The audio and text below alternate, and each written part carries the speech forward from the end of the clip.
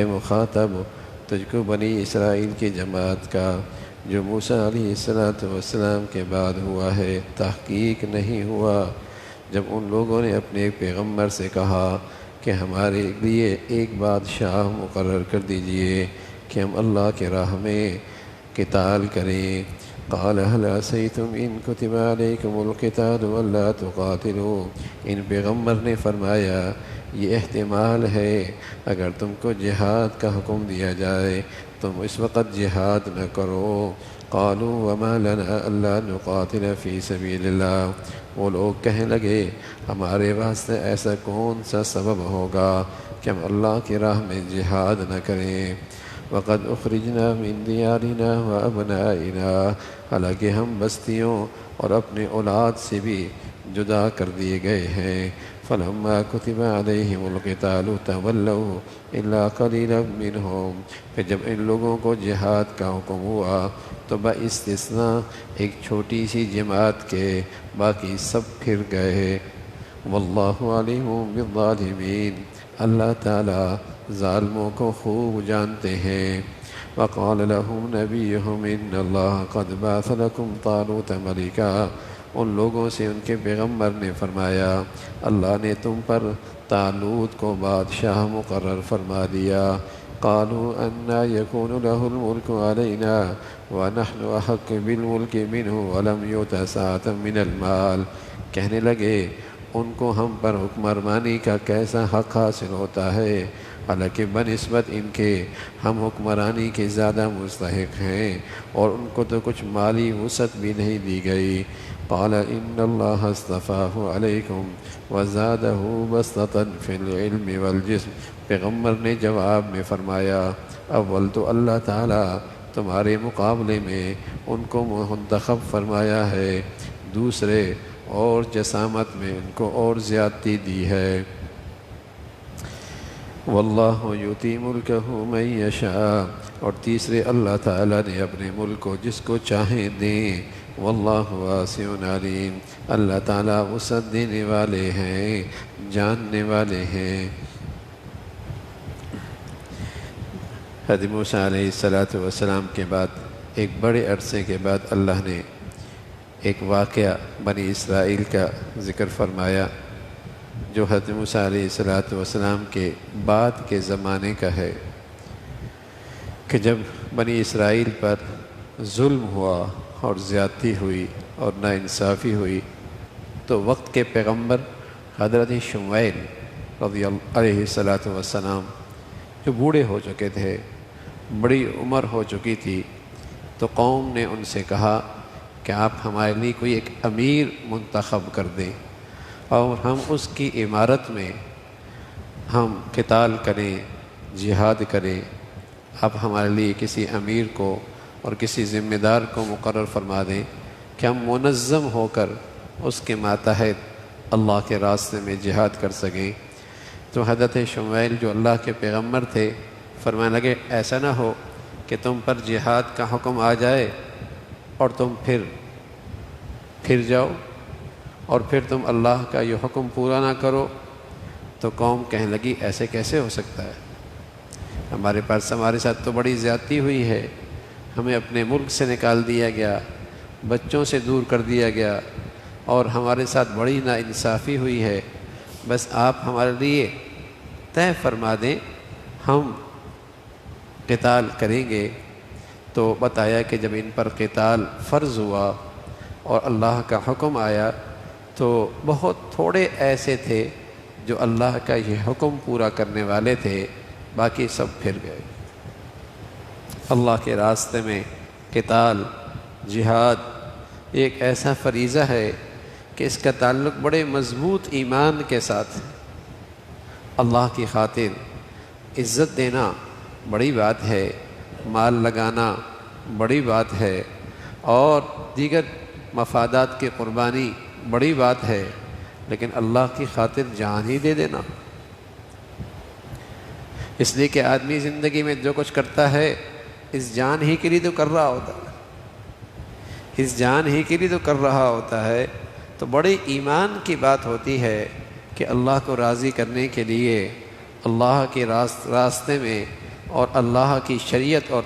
اللہ کے حکموں کے تحت اپنی جان کی قربانی دینا۔ فرمایا بہت تھوڑے لوگ تھے جو اس فریضے پہ کھڑے ہوئے، تو جب ان سے ان کے نبی نے کہا کہ اللہ نے تمہارا امیر مقرر کر دیا، اور وہ ہے حضرت طالوت، حضرت طالوت کو اللہ نے تمہارے لیے امیر مقرر کر دیا، اور اس کے لیے اللہ رب العزت نے یہ طے کیا ہے کہ وہ تمہارا ذمہ دار اور تمہارا سربراہ ہوگا۔ قوم کہنے لگی یہ کیسے ہو سکتا ہے، وہ سربراہ کیسے بن گیا، ہم اس سے زیادہ لائق ہیں، اس لیے کہ اس کے پاس تو کوئی مالی وسعت بھی نہیں ہے،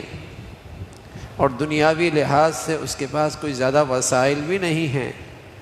تو اسے یہ کیسے حق حاصل ہوا کہ وہ ہمارا سربراہ بنے۔ تو اللہ کا پیغمبر ان سے کہنے لگے کہ پہلی بات تو یہ ہے کہ یہ انتخاب اللہ کا ہے، یہ انتخاب اللہ کا ہے، اور اللہ کے پیغمبر کو اللہ نے بتایا ہے کہ یہ تمہارا سربراہ ہے، تمہارا ذمہ دار ہے، اللہ کا انتخاب ہے، اور اللہ کے بندوں کے لیے یہی کافی ہوتا ہے کہ اللہ کے انتخاب پر سر خم تسلیم کریں۔ ان اللہ اصطفیٰ لکم، یہ اللہ کا انتخاب ہے۔ اور پھر اللہ رب العزت نے اسے علم کی وسعت بھی دی ہے اور جسم کی طاقت بھی دی۔ قیادت کے لیے جو قرآن مجید نے چند اصول بتائے، قیادت کے لیے، قوم کی رہنمائی کے لیے جو چند اصول قرآن نے بتائے موٹے موٹے، جس سے آدمی مقتدا بنتا ہے، پیشوا بنتا ہے، واقعی وہ قیادت کے لائق ہے کہ قوم کی قیادت کرے، اس کی چند اصول جو قرآن نے بتائے، ان میں دو چند یہ ہیں کہ اس کے پاس علم ہو، اگرچہ وہ علم مختلف انواع کا ہو، لیکن اس کی بنیاد قرآن حدیث ہو، اس کی بنیاد وحی ہو، اور پھر ظاہر ہے اس نے قیادت کرنی ہے تو مختلف انواع کا علوم بھی اس کے پاس ہوں، تاکہ ہر انداز سے اپنی قوم کی صحیح رہنمائی کر سکے۔ تو ایک تو علم ہے، اور دوسری چیز اس کا جسم ایسا ہو جو مشقت اٹھانے والا ہو، مشقت اٹھانے والا ہو، تحمل اور برداشت کرنے والا ہو۔ ظاہر ہے اگر آسائش اور آرائش کا عادی ہو گیا تو وہ تو پھر اللہ کے حکم پورا کرنے کے لیے پس و پیش سے کام لے گا۔ تو قیادت کے لیے یہ ہے کہ ایک تو اسے علم حاصل ہو اور علم کی وسعت ہو، اور ساتھ ساتھ اس کے جسم میں مشقت اور مجاہدہ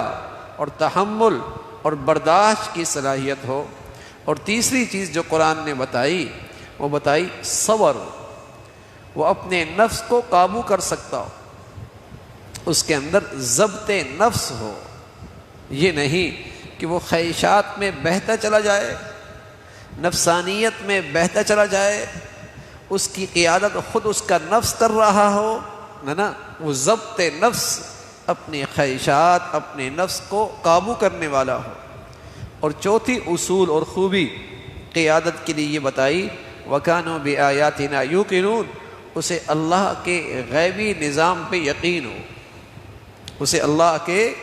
غیبی نظام پہ یقین ہو، وہ محض اسباب و وسائل پہ نظر رکھ کے فیصلے نہ کرتا ہو بلکہ اللہ کے بھروسے پہ فیصلے کرتا ہو، محض اسباب و وسائل پہ تکیہ نہ رکھتا ہو بلکہ اسے اللہ کے نظام پہ، اس کی قدرت پہ، اس کی طاقت پہ، اس کی بادشاہت پہ یقین ہو۔ اللہ بہت بڑی ذات،